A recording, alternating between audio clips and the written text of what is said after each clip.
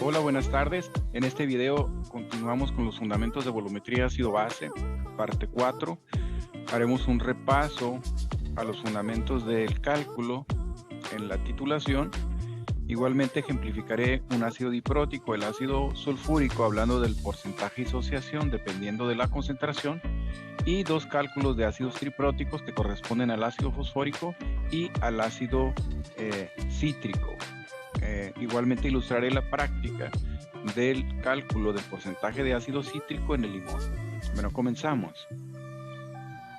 Cuando hacemos cálculos de concentración y pH, utilizamos tablas IRF, las tablas que nos marcan las etapas de inicio, reacción y final, y algunas veces usamos dentro de las celdas de la tabla concentraciones molares, en otras ocasiones usamos moles. La pregunta es, ¿cuándo se expresa molaridad y cuándo moles? Pues básicamente tenemos dos escenarios. Lo primero es, se usa molaridad cuando se trata de la disociación de una especie, básicamente débil, es decir, no hay reacción. Y la otra es moles cuando hay una reacción, es decir, participan dos especies.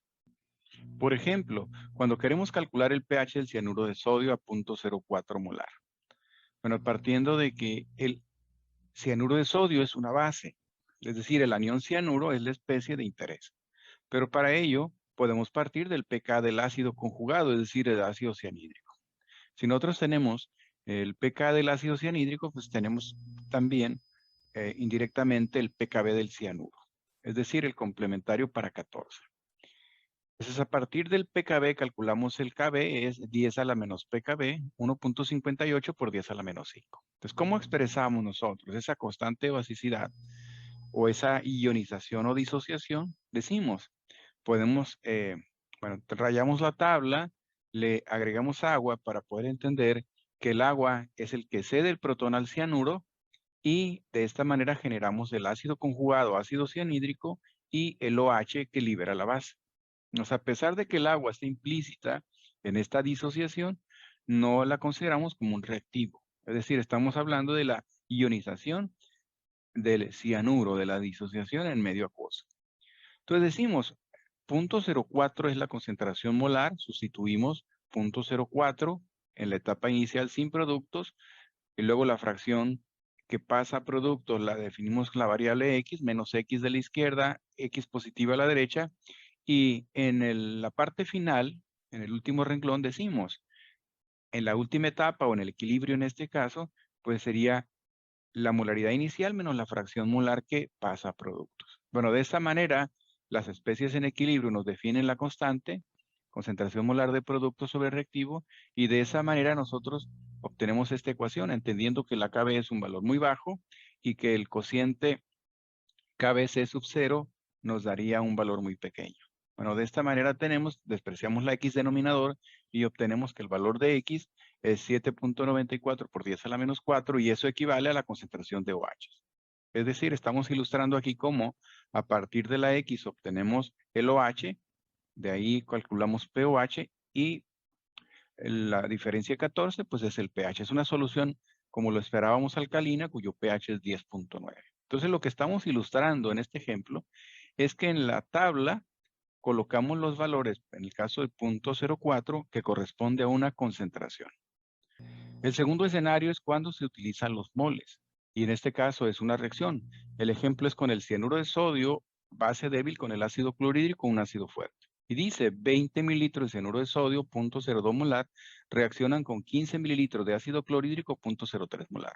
Y la pregunta es, ¿cuál es el pH? Entonces tenemos que escribir la reacción balanceada y lo que estamos observando en la tabla es en negritas la cantidad de moles de ácido clorhídrico y cianuro de sodio. Y ustedes recordarán que para obtener esas cantidades debemos de multiplicar molaridad por litro. Para el ácido clorhídrico 0.03 molar por 0.015 litros y eso nos da 4.5 por 10 a la menos 4. Y para el cianuro 0.02 molar por 0.02 litros nos da 0.0004 o 4 por 10 a la menos 4. Entonces es claro observar que el reactivo limitante es el cianuro de sodio. Es decir, son los moles que vamos a tener que eliminar o restar en el segundo renglón y agregar como productos. De tal manera que en vertical, cuando hacemos el balance del inicial y lo gastado, tenemos que se consume el cianuro, pero que nos queda una cantidad pequeña en moles de ácido clorhídrico que es 5 por 10 a la menos 5. Bueno, siempre en esta situación, cuando hacemos reaccionar moles y al final tenemos que calcular el pH, los moles remanentes, en este caso de ácido clorhídrico, hay que convertirlos ahora a concentración molar. Entonces, ¿cómo calculamos la molaridad del ácido clorhídrico? Dividiendo los moles sobrantes entre el volumen total, que en este caso estamos hablando de un volumen de reacción de 35 mililitros. Es decir, en la división de 5 por 10 a la menos 5 moles, o punto con 4 ceros y 5, punto 00005, habría que dividirlo entre 0.035 litros. Si nosotros dividimos los moles 5 exponente a la menos 5, que son los moles del ácido clorhídrico, entre el volumen en litros de la mezcla de reacción 0.035 litros, eso nos da una concentración de ácido clorhídrico de 1.42 por 10 a la menos 3. Es la concentración de un ácido fuerte y por lo tanto es igual a la concentración de protones. De esta manera, si nosotros aplicamos el logaritmo a esa concentración, tenemos que el logaritmo de la respuesta es igual a menos 2.84, entendiendo que la función P es menos log, es decir, quitamos el menos, y eso nos deja un pH de 2.84. ¿Sí? De esta manera, repasando, decimos, tenemos que escribir los moles en lugar de molaridad, restar en función de un reactivo limitante, los moles remanentes o sobrantes se recalculan con el volumen total para obtener una concentración. Y a partir de esa concentración, si es un ácido fuerte, es la misma concentración de protones, si fuese una base fuerte, es la concentración de OHs, pero si esa concentración fuera de una especie débil, tendríamos que utilizar la constante K o Kb dependiendo. Es decir, si para el caso de lo que estamos explicando, donde se consumió el cianuro de sodio, invirtiéramos los valores, entonces agregáramos 15 mililitros de cianuro de sodio 0.03 molar, manejáramos más moles, y por su parte el ácido clorhídrico 20 mililitros, pero de 0.02 molar, entonces el reactivo limitante hubiese sido el ácido clorhídrico. Si hubiésemos tenido esa cantidad de moles de cianuro de sodio, bueno, la concentración sería la misma. Moles de cianuro entre volumen total exactamente sería esa, 1.42 por 10 a la menos 3. Pero si ese le correspondiera al cianuro de sodio, con ese valor tendríamos que hacer la operación que está en la parte superior, es decir, utilizando la KB, tendríamos que generar o conocer el valor de X para de esa manera conocer el OH y calcular pH. ¿Sí? Entonces se trata de evaluar cuál es la especie sobrante y en función de eso determinar pH. Pero lo más relevante de esta diapositiva es lo siguiente. Siempre que tengamos la disociación de una especie, utilizamos molaridad. Y siempre que tengamos una reacción, en este caso reacción ácido-base, tenemos que colocar en la reacción los moles. Bueno, ahora hablaremos del ácido diprótico ácido sulfúrico, del ácido sulfúrico 0.025 molar. En el video previo decíamos que este ácido lo obteníamos de la reacción con hidróxido de sodio, la mezcla de dos reactivos donde el remanente, los moles en función del volumen total era calculado y la concentración era esta, 0.025 molar. Aunque la condición puede ser que directamente se prepara la solución de ácido sulfúrico o se diluye a partir de un ácido concentrado. Es decir, el ácido sulfúrico puede provenir de una reacción o puede ser una solución preparada del ácido sulfúrico concentrado. Bueno, tenemos esa concentración de ácido sulfúrico y la pregunta es el pH. Pues habíamos visto que el ácido sulfúrico es ácido fuerte en la primera disociación, es decir, 0.025 molar del ácido nos generan 0.025 molar del protón o del ion hidróneo. Pero mencionamos que en la segunda etapa, el bisulfato, que en la primera nos generó 0.025, hay que bajarlo a la primera celda de la tabla, IRF, y donde decimos, en función del K o la constante de acidez del bisulfato, nosotros vamos a calcular X. Entonces sustituimos en la tabla la concentración del bisulfato de la primera etapa y la concentración de protones de la primera etapa. Decimos la fracción disociada menos X o X de productos es la que nos va a llevar a una ecuación en función de la tercera etapa de equilibrio. Es decir, hacer la sumatoria, dice, la K va a quedar representada en función de las concentraciones molares de productos sobre reactivos Y de esa manera sustituimos las concentraciones en equilibrio en la segunda etapa. Entonces, finalmente la ecuación se convierte a x cuadrado de x más c, que nos quedaría de esta manera, resolviendo, ya sea usando fórmula general o haciéndolo en línea, obtenemos que el valor de x es 0.00684. ¿Qué es 0.00684 o 6.8 por 10 a la menos 3? Pues es la concentración de protones generada, pero en la segunda etapa. Ya la concentración total sería la suma, como lo dice la última celda de la esquina inferior derecha. Es decir, la concentración total de protones del ácido sulfúrico sería la generada en la primera etapa, 0.025 molar, más la generada en la segunda etapa. Y eso nos da una concentración molar total de 0.03184 y eso directamente nos permite calcular pH, menos log de ese número y nos da un valor de 1.49. Bueno, hasta ahí diremos que sería la manera de hacer el cálculo para el ácido sulfúrico. Ahora, después decimos, si nosotros tuviéramos la condición, ya vimos que era 0.0068 ese valor de X y que el total ya me da, y aquí aparece ya sumado en la tabla, 0.03184 en la última casilla derecha para la concentración de protones. Pero decimos, si el ácido sulfúrico fuese un ácido fuerte en ambas disociaciones, es decir, que el 100% de los protones los liberara, entonces de 0.025 en la primera y 0.025 en la segunda, nos daría 0.05 total. Si el ácido sulfúrico fuese disociado o fuerte en ambas etapas. Es lo que plantea aquí en el párrafo, dice. Si el ácido sulfúrico se disociara al 100% en ambas etapas, se produciría una concentración de protones que sería igual a la concentración de sulfúrico por 2, es decir, 0.05 molar. Pero solamente alcanzamos 0.03184. Entonces, en base a ese 100%, nosotros podemos hacer esa referencia y decir 0.031 para calcular el porcentaje de disociación, 0.031 entre 0.05%, de esa manera calcularíamos ese porcentaje. Y decimos, el porcentaje de disociación del ácido sulfúrico no es el 100%, es aproximadamente el 64%, 63.7%. Ya sabemos, por lo tanto, que una concentración 0.025 molar de sulfúrico nos genera una concentración de protones de 0.0318, lo que corresponde a un porcentaje del 63.7%. Entonces, ya sabemos que un mol de ácido sulfúrico no genera de manera instantánea, como un ácido fuerte, el doble de concentración de protones. Entonces, en base al porcentaje de disociación que ya demostramos.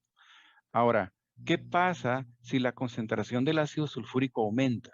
Si en lugar de 0.025 colocamos ahora una concentración 0.04 molar. ¿Cuál es la concentración de protones? ¿Cuál es el porcentaje de disociación de esa solución? Entonces es lo que vamos a representar y vamos a calcular. Entonces decimos, al igual que el cálculo anterior, tenemos que una concentración en la primera disociación es igual a la inicial, 0.04 molar de bisulfato, 0.04 molar de protones, que una segunda etapa, esas cantidades de productos hay que colocarlas en las celdas. Estamos hablando de disociación de una especie única, representamos las molaridades.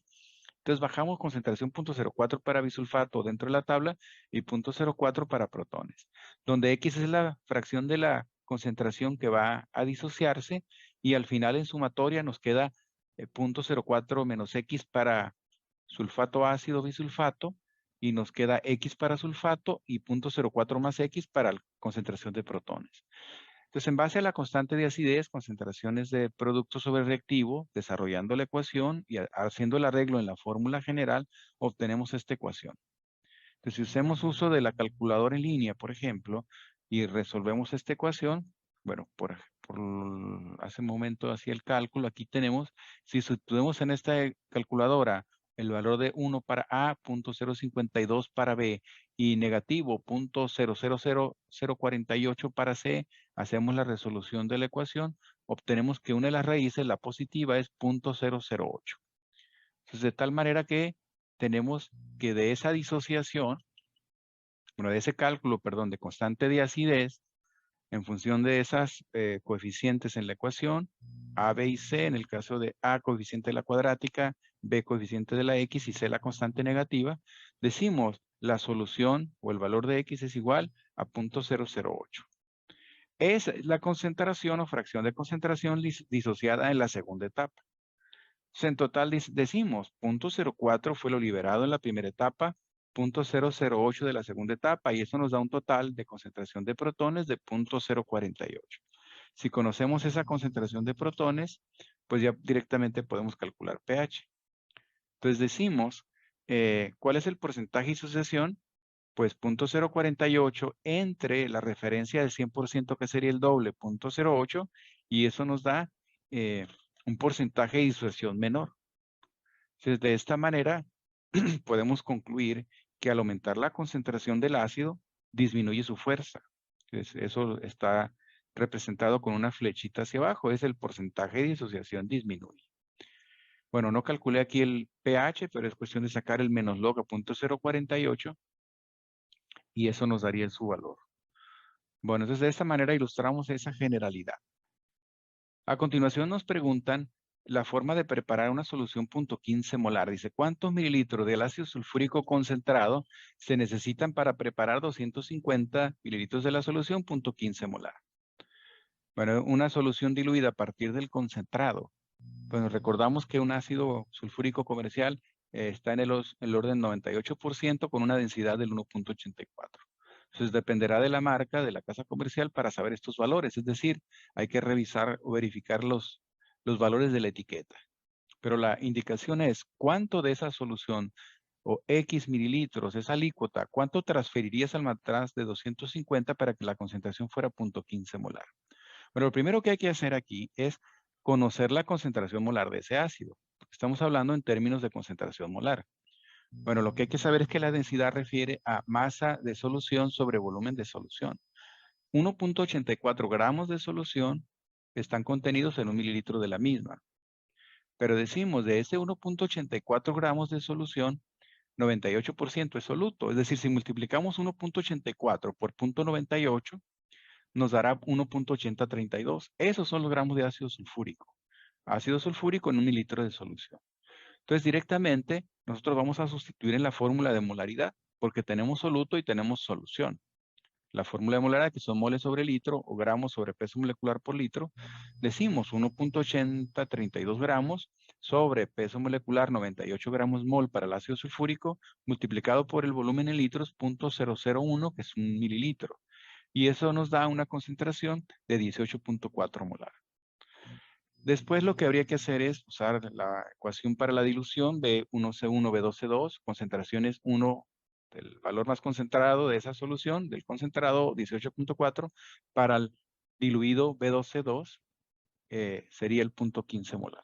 De esa manera, sustituyendo, tenemos concentración inicial 18.4, pero no tenemos la alícuota que siempre es B1, y vamos a ir a 250.15 molar, pasamos dividiendo el ácido concentrado, y eso nos dejaría una alícuota de 2 mililitros. Bueno, asumimos que esto es fácil hacer, es transferir una alícuota, simplemente 2 mililitros a ese matraz, y agitar, preparar la solución lo más homogénea y afuera a 250. Ahora, la pregunta que continuaría es exactamente la concentración .15 molar o es cercana a 0.15 molar? Lo que tendríamos que hacer es valorar la solución de sulfúrico y comprobar que realmente es 0.15. Pero al menos aquí tenemos la manera de preparar una concentración aproximada a partir de un ácido concentrado. Bueno, decimos, el ácido sulfúrico no se disocia al 100%, pero la única situación en la cual podemos decir si se consumen todos los protones, si son liberados, pues son cuando se hacen reaccionar con una base fuerte, como el hidróxido de sodio. Entonces decimos, en esa situación se condiciona o se favorece la reacción completamente a la derecha y de esa manera se consumen los protones, los 2 moles de protones. En este caso, en la neutralización que nos formaría 2 moles de agua, porque son 2 protones del ácido sulfúrico más los 2 hidroxilos del hidróxido en los 2 moles, me dan 2 moles de agua, y el sulfato del ácido con los 2 sodios me da el sulfato de sodio. Es decir, estamos forzando que el ácido sulfúrico libere los 2 protones en el momento que neutralizamos al ácido hasta llevarlo a la neutralidad, hasta el pH 7. Entonces, esta sería la reacción de la titulación, de la volumetría. Y entonces aquí lo importante es saber que los moles de hidróxido son los doble que de los del ácido.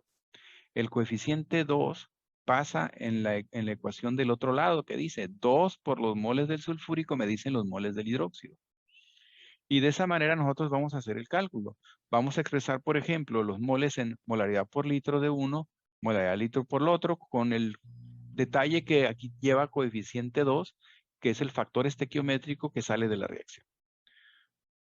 Bueno, para este ejemplo específico, recordemos que estamos hablando del ácido sulfúrico 0.15 molar, tenemos la curva de titulación. Bueno, lo que quiero indicar con respecto a las curvas de titulación es que no siempre son saltos que son muy verticales, con pendientes que son muy grandes, sino que a veces los saltos son graduales. Por ejemplo, aquí vemos que aproximadamente a los 30 mililitros de hidróxido de sodio se empieza a aumentar o a generar un salto y esto obedece a la liberación del primer mol de protones. Tengo el ácido sulfúrico que le estoy agregando hidróxido de sodio y a los 30 y tantos mililitros de hidróxido de sodio prácticamente estoy agregando un mol. Y después vemos el segundo salto que es más franco y es más limpio y más pendiente, que es la liberación del segundo protón, que es el protón más débil.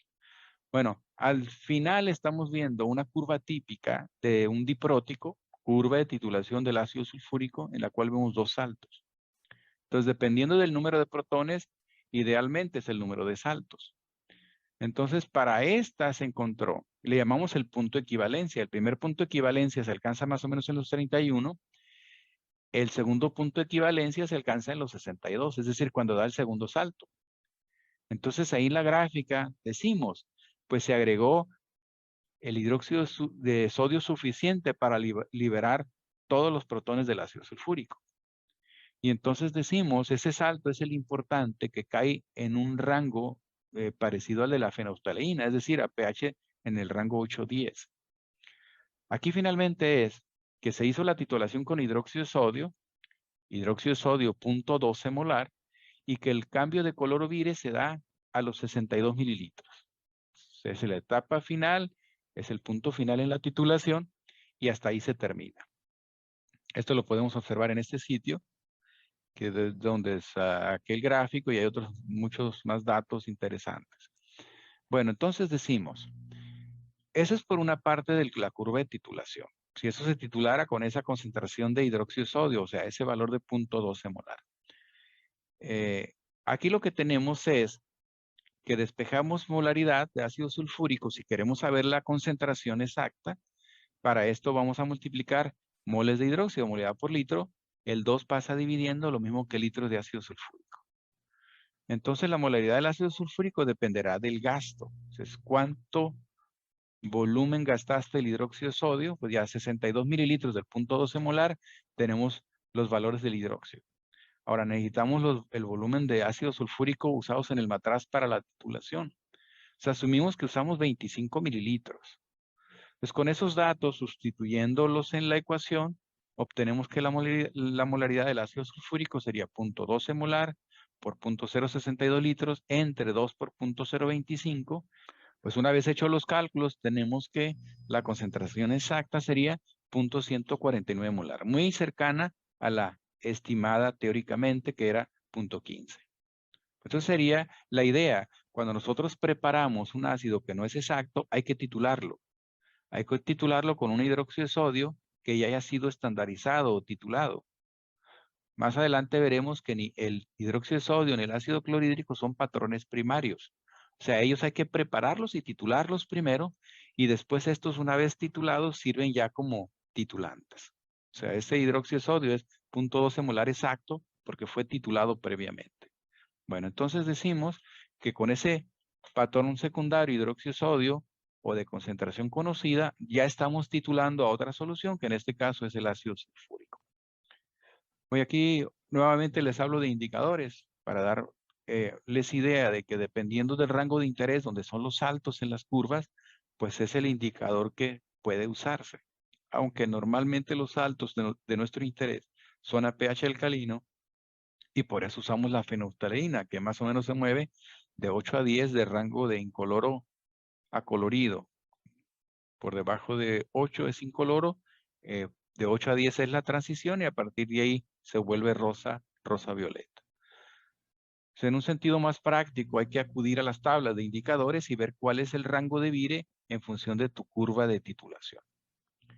Bueno, ahora decimos, si nosotros estuviéramos hablando de un ácido triprótico, en este ejemplo, el ácido fosfórico, la curva de titulación se vería más o menos así. Y la primera indicación que vamos a ver es que sí es un ácido triprótico, pero muchas veces no se definen los tres saltos. Ahí tenemos un salto muy franco cuando llevamos 25 mililitros de hidróxido de sodio agregados.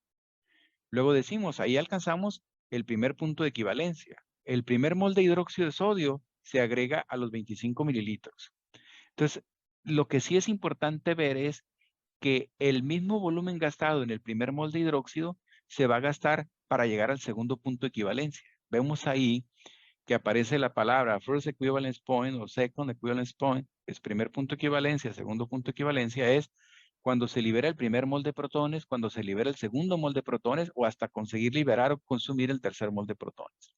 Entonces aquí es más o menos con esa proporcionalidad. Si para el primer punto de equivalencia, donde se consumió el H3PO4 y se pasó todo a H2PO4 menos, ¿sí? Se liberó el primer mol de protones, entonces dice, si te gastaste 25 mililitros para esa etapa, y entonces para la segunda etapa tienes que gastarte el doble. Es decir, 25 para la primera, más 25 para la segunda, más 25 para la tercera. Es decir, si tú logras identificar el primer salto y sabes que ahí es el primer punto de equivalencia y como van a ser 3 etapas, 3 disociaciones o 3 moles de hidróxido, pues el segundo va a ser 25 por 2 y el tercero va a ser 25 por 3. Ahora, si se fijan, el salto no es muy claro en el tercer punto de equivalencia. De hecho, no se observa salto, porque solamente se observa que empieza a incrementar la pendiente en esta parte de aquí. Pero el primer punto de equivalencia al que me refiero es este, y decimos, al llegar a los 25 mililitros pega un salto.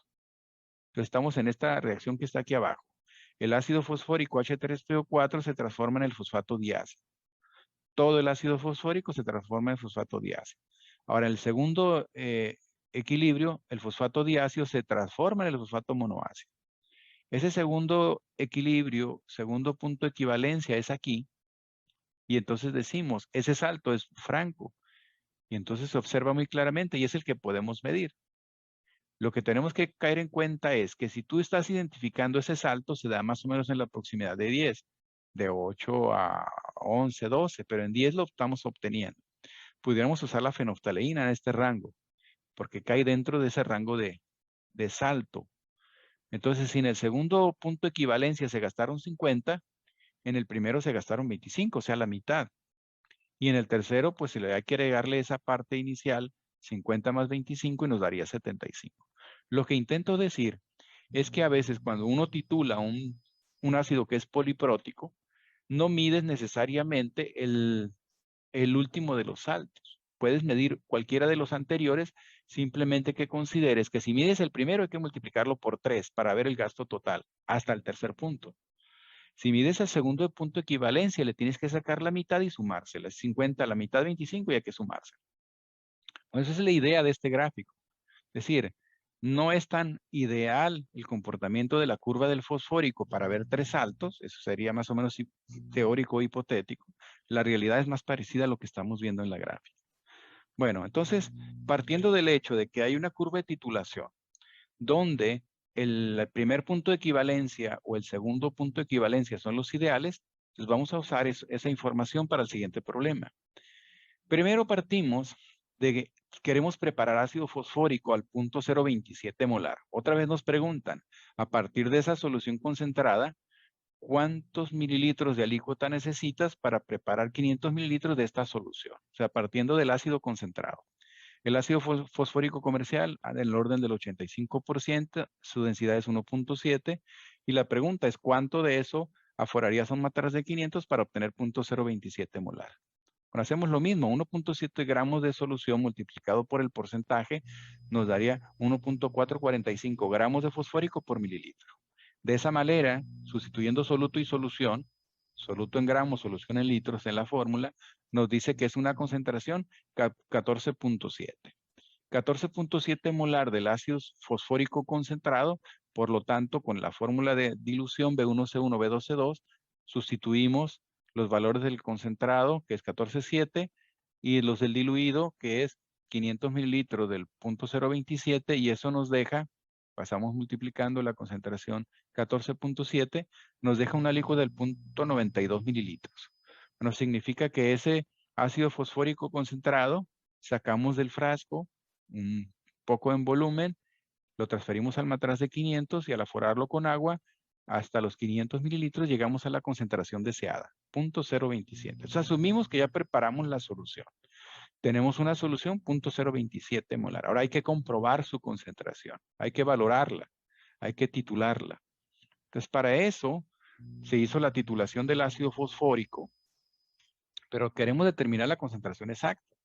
¿Cuál sería si al titular 10 mililitros de la solución 0.027, en teoría, que acabamos de preparar, se titula con hidróxido de sodio 0.05 molar y se obtiene un gasto de 10 mililitros en el segundo punto de equivalencia? Dice, usando a la fenolftalina como indicador. Entonces, lo que hay que entender primero, el ácido fosfórico es triprótico. En la reacción decimos, un mol de ácido fosfórico requiere 3 moles de hidróxido de sodio para neutralizarlo completamente. Es decir, para consumir completamente los protones. Entonces ahí tenemos la gráfica que hacemos referencia ahorita. Les vamos a decir, en este caso lo vamos a titular con hidróxido de sodio 0.05 molar.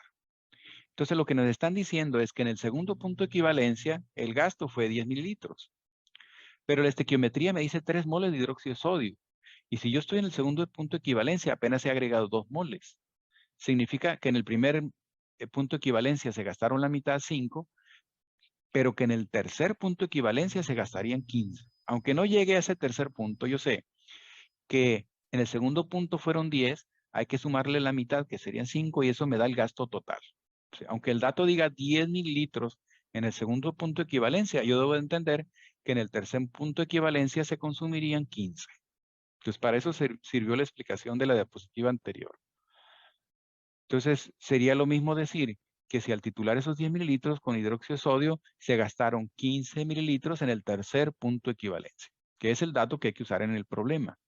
Entonces decimos, según la ecuación, 3 por el número de moles del fosfórico me da los moles del hidróxido, ¿sí? Que es el coeficiente del hidróxido, pasa en la ecuación a ser coeficiente o factor del ácido fosfórico. Luego ponemos molaridad por litros del fosfórico es igual a molaridad por litros del hidróxido, pero con el factor 3 del lado izquierdo. Entonces lo que hay que hacer simplemente es despejar la molaridad del ácido fosfórico, que es el que me preguntan, y pasar litros y pasar el factor 3 dividiendo. De esta manera tenemos la concentración 0.05 molar de hidróxido de sodio, 0.015 litros sería el gasto, hasta el tercer punto de equivalencia dividido entre 3, que está multiplicando a la cantidad usada en el matraz, que es 0.01 litros, 10 mililitros que se usan en la titulación del fosfórico. De esta manera me dicen que la concentración exacta del ácido fosfórico es 0.025 molar. Entonces lo preparamos al 0.027, pero aquí comprobamos que la concentración exacta del ácido fosfórico es 0.025 molar. Entonces esto es más o menos lo que haríamos en la práctica a la hora de titular las soluciones. Bueno, por último, tenemos el otro ácido triprótico. Este es el ácido cítrico. Es un ácido tricarboxílico. Estamos viendo la molécula ahí con 3 grupos carboxilos, COOH, donde aparece un doble enlace oxígeno unido también a un OH. Lo conocemos como el grupo carboxilo. Aquí lo estamos indicando a la derecha, RCOH, grupo carboxilo desarrollado, COH. Decimos, como posee 3 protones ácidos, que sería, aquí los estoy circulando, el H de este ácido carboxílico, el H de este ácido carboxílico y el tercer hidrógeno ácido, pues son los que se van a disociar. Como el ácido cítrico es un ácido débil, posee 3 constantes. Una constante para cada uno de esos ácidos, lo referimos como pK o pKa1, pKa2, pK3, y los valores van de 3.15 hasta 6.4. Pero lo que hay que entender con respecto a los valores de pK de un triprótico o de un poliprótico, decimos, bueno, ahorita vamos a ver más o menos la disociación de liberación de protones, pero en la reacción que haríamos nosotros en la titulación, decimos, ese es el ácido cítrico, un ácido de 6 carbonos, lo estoy representado más o menos vertical con los carboxilos a la derecha. Es una molécula orgánica tricarboxílica que tiene un OH en el carbono central, en el carbono donde tenemos OH izquierda y carboxilo a la derecha. Y decimos, como es una molécula que tiene 3 hidrógenos ácidos, requerimos 3 moles de hidróxido de sodio para liberar los protones. Es decir, la relación molar o el factor ahí o la relación estequiométrica es 1 mol de cítrico por cada 3 moles de hidróxido, generando el citrato de sodio y el agua. Entonces, cada uno de los H reacciona con un OH del hidróxido y forma agua. Bueno, les decía, esa reacción la podemos representar así. 1 mol de cítrico reacciona con 3 moles de hidróxido para producir citrato y agua. Cuando nosotros analizamos las etapas en función de las constantes, decimos, el ácido cítrico tripriótico lo tenemos como especie 1, que decimos, en el primer valor de constante en forma de pKa, pK1, decimos, pasa a la especie 2. Y entonces ahí va a tener el citrato una carga negativa. Es decir, se queda con 2 protones. Me refiero a los protones ácidos. En una segunda etapa, con el pK2 va a liberar otro protón y genera otra carga negativa. Hasta llegar a la última etapa, pK3, donde se libera el tercero de los protones y ahí tenemos al citrato. Ese combinado con los cationes de sodio, pues estaría sodios en lugar de cada carga negativa. Pero tenemos 4 especies posibles del citrato, pero del ácido cítrico, yendo desde cítrico hasta citrato del otro lado. Lo que hay que relacionar aquí, o hay que tener la idea clara es, que cuando nosotros estamos en el valor de pKa, cuando el pH, estamos agregando hidróxido de sodio, cuando llegamos a este pH, lo que tenemos son cantidades iguales de la especie 1 y de la especie 2. Entonces, la mitad de estas ya pasó a producto. O sea, del 100%, 50 las tenemos como el cítrico y aquí después las tenemos como el cítrico con 2 protones. Ese es el significado del pKa. Es el momento en el pH en el cual tienes igual cantidad o concentración de las especies relacionadas, de la 1 y la 2. Si tú te vas ligeramente por encima del pKa, digamos 4, entonces ya vas a tener más de 2 que de 1. Y así llegamos al pK2. Si tú estás en pH 4,7, dice al 4,7 de pH, tú tienes igual cantidad de 2 que de 3. Si tú estás en el pH 6,4, tienes la misma cantidad de 3 que de 4. Si te vas muy por encima del, digamos, 7, 8, 9, pues todo se está pasando a 4. Pero es muy interesante lo siguiente. Si tú estás en el punto medio entre los pKs, por ejemplo, 3.1 pK1 y 4.7 pK2, la sumatoria de esos valores da 7.8. Es decir, la mitad de 7.8, que sería alrededor de 3.9, estando alrededor de 3.9, la única especie que vas a tener es la especie 2. ¿Sí? Cuando estás en el pK tienes 50-50, pero cuando estás entre los pKs, en el punto medio, la especie que tienes es la especie que estás relacionando. Por ejemplo, si estás en el pH entre 4,7 y 6,4, decimos que la suma de los dos es 11.1 y entonces 11.1 la mitad serían alrededor de 5.5, 5.6. Si tú estás en un pH 5.6, la que tienes es la especie 3. Para eso nos sirven como referencia los valores de pK y eso lo podemos observar en las curvas de titulación. pKa implica valor de pH de concentraciones equimoleculares de las especies que tienes a la izquierda y a la derecha de ese pKa. Pero entre pKas, en el promedio de pKas, cuando tú dices si sumo y divido entre 2 o si promedio, voy a estar en el pH en el cual solamente tengo a la especie. Bueno, entonces, ese sería el significado de los valores de pKa. La curva de titulación del ácido cítrico, estamos hablando del ácido de los limones, del ácido de las toronjas, de las mandarinas, naranjas, decimos no es típica, no es una curva de 3 saltos. Es una curva que paulatinamente suelta los protones y decimos cada uno de los puntos que están indicados con flechas rojas son los valores de pKs. En ese momento, decimos el 3.1 es cuando tienes la especie 1 y 2. En el segundo punto, al 4,7, tienes la especie 2 y 3, al 50% cada una. Cuando estás en 6,4, tienes la especie 3 y la especie 4. Pero decimos, el salto franco aquí se da hasta el final, cuando se liberaron todos los protones, cuando estás en un pH de 9.37. Entonces, lo que coloqué con letras rojas que dice punto equivalencia 1, punto equivalencia 2, punto equivalencia 3, esos serían los volúmenes a los cuales se agrega 1 mol de hidróxido, 2 moles de hidróxido, 3 moles. O si hablamos de equivalentes, un equivalente o 2 equivalentes o hasta 3 equivalentes de hidróxido.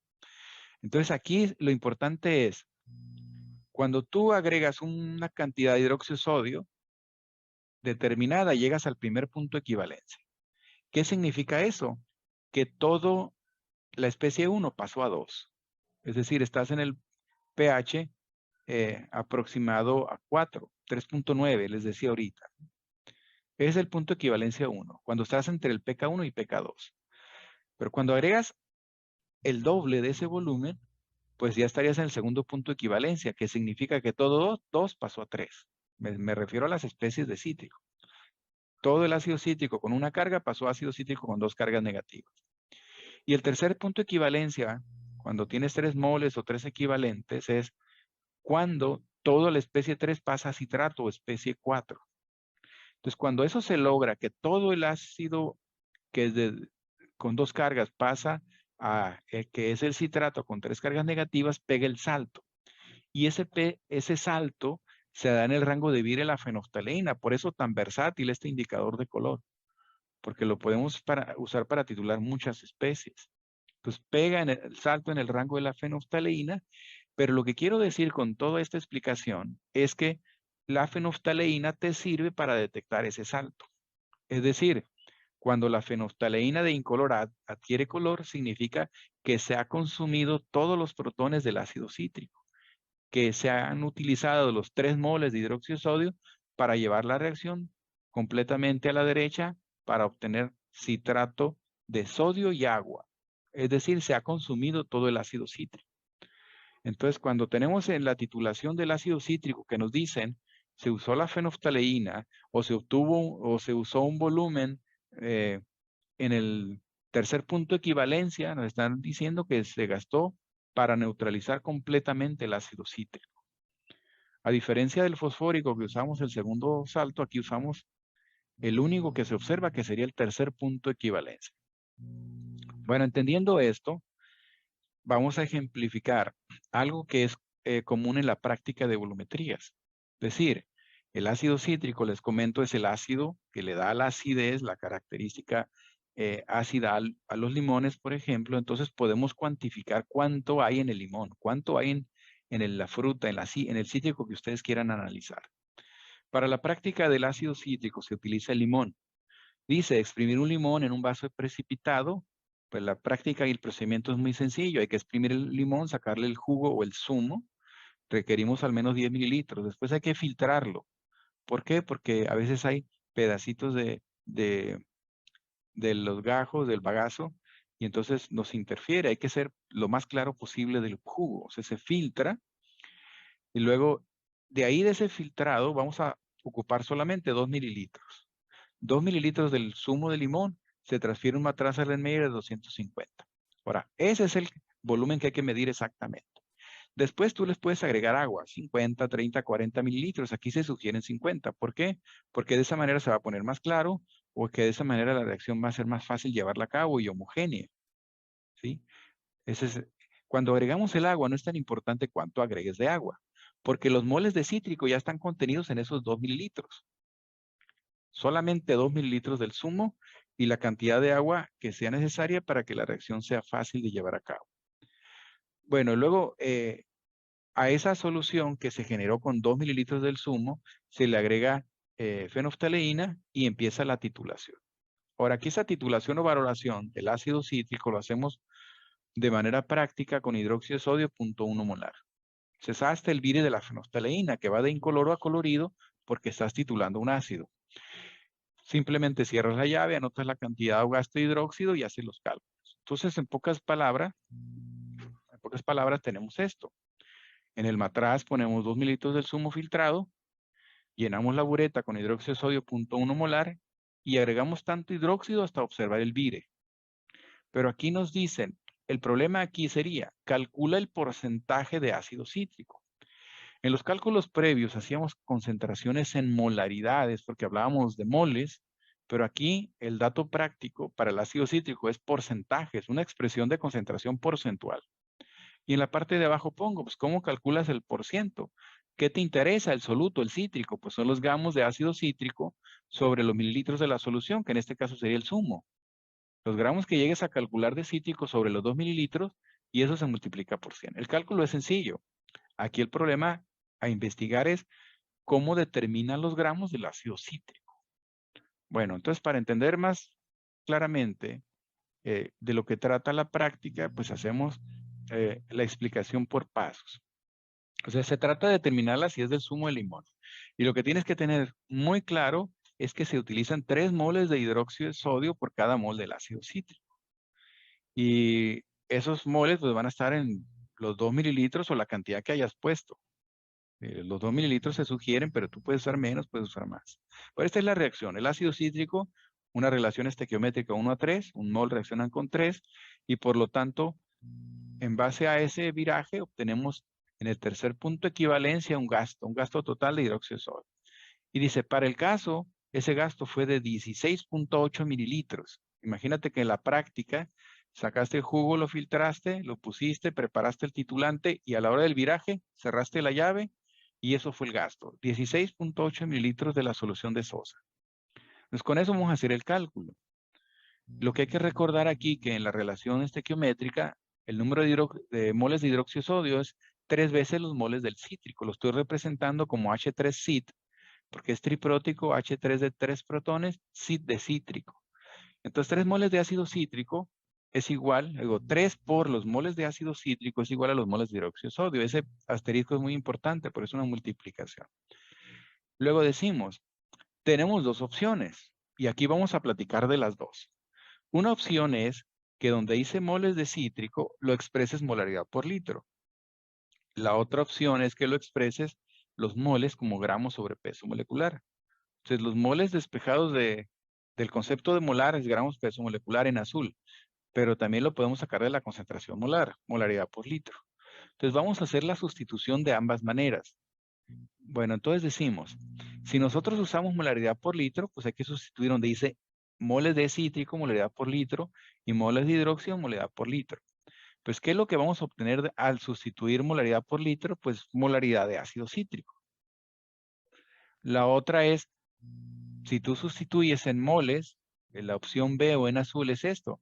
Si sustituyes moles, gramo peso molecular, eso lo vas a sustituir del lado izquierdo, donde está el cítrico. Y donde dice moles de cítrico, pondrías gramos sobre peso molecular de cítrico. Entonces les digo, vamos a desarrollar ambas ecuaciones.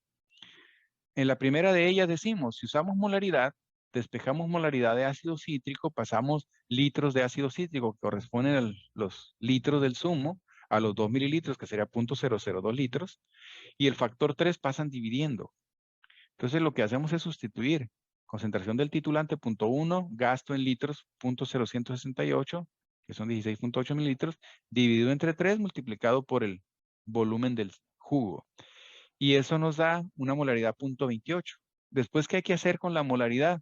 Pues convertir a gramos, que es lo que pretendemos para calcular porcentaje del ácido cítrico. Entonces, aquí vamos a agregar un paso adicional, porque la molaridad hay que despejar gramos, donde tenemos que gramos es molaridad peso molecular por litro. Entonces, molaridad es 0.28 por peso molecular. El ácido cítrico pesa 192 gramos mol por los litros del jugo y eso nos da 0.107 gramos de cítrico. Si obtuvimos ya los gramos del ácido cítrico a partir de la molaridad, entonces pues directamente podemos calcular el porcentaje. Gramos obtenidos, gramos de soluto, gramos de ácido cítrico sobre mililitros de solución, que son 2 del zumo, y eso multiplicado por 100 nos dice, para este ejemplo, nos da un porcentaje de ácido cítrico en el jugo del 5.37%, que puede ser un valor, digamos, normal. Y aquí lo relevante es que dependiendo del tipo de limón, de cómo fuese su cultivo y su crecimiento, puede ser ideal, puede ser muy alto o bajo, que también define la calidad del limón. Entonces decimos, bueno, hecho el cálculo en base a la molaridad, despejamos gramos, sustituimos y con esos gramos, dividiendo entre el volumen, gramos sobre mililitros por 100, pues nos da el porcentaje. Entonces aquí estamos explicando cuando desarrollamos la ecuación de 3 por moles de cítrico igual a moles de hidróxido utilizando moles por litro para el cítrico. Pero la otra opción es utilizando gramos sobre peso molecular. ¿Por qué? Porque gramos es lo que necesitamos para calcular porcentaje. El peso molecular es un dato que los sacamos en función de la fórmula, es 192. Entonces, si nosotros despejamos gramos de esta relación, 3, que es factor, pasa dividiendo a la derecha y peso molecular, que es un divisor, pasa multiplicando. Entonces quedaría gramos de cítrico es igual al peso molecular por molaridad de hidróxido por litro sobre 3.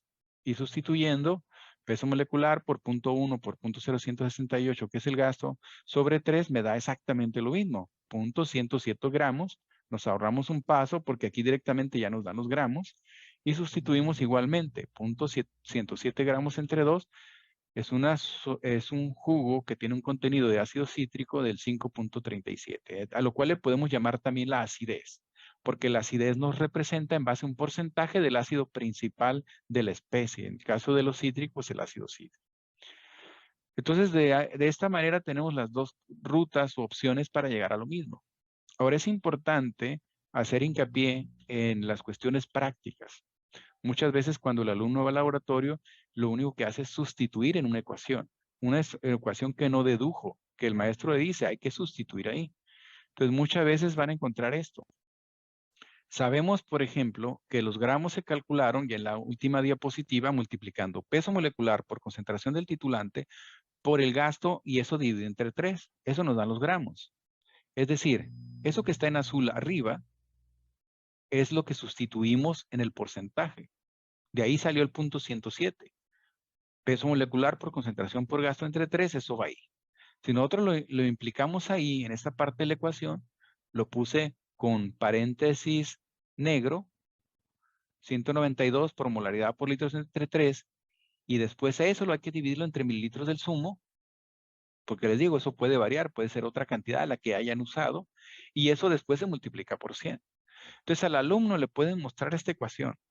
Dice, ya hiciste la titulación con tanta concentración molar. Sí, pues sustituye la molaridad que usaste en la práctica. Sustituye los litros de gasto.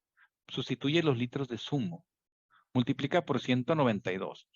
Y aún más allá, pueden decir, a ver, vamos a hacer de una vez la división de los números. 192, 3 multiplicado por 100. Por ejemplo, aquí puede decir, pues 192 entre 3 es 64. O sea, el alumno puede llegar a utilizar esa ecuación directa. ¿Sí? Pero lo que tiene que hacer el alumno y su compromiso es averiguar de dónde salió ese número. Por eso, motivamos al alumno a empezar el razonamiento desde el principio, para que no empiecen con una ecuación que desconocen, no saben el origen de la ecuación. Simplemente sustituir no es la solución. Como químicos, sobre todo en la analítica, es muy importante que entiendan lo que pasa en cualquier procedimiento, en cualquier etapa o momento del análisis. Si ustedes son personas de laboratorio que solamente sustituyen, entonces ya no serían químicos, ¿no? Serían analistas. Terminamos el video del día de hoy y continuamos en las próximas sesiones hablando de volumetrías. Feliz día, nos vemos pronto.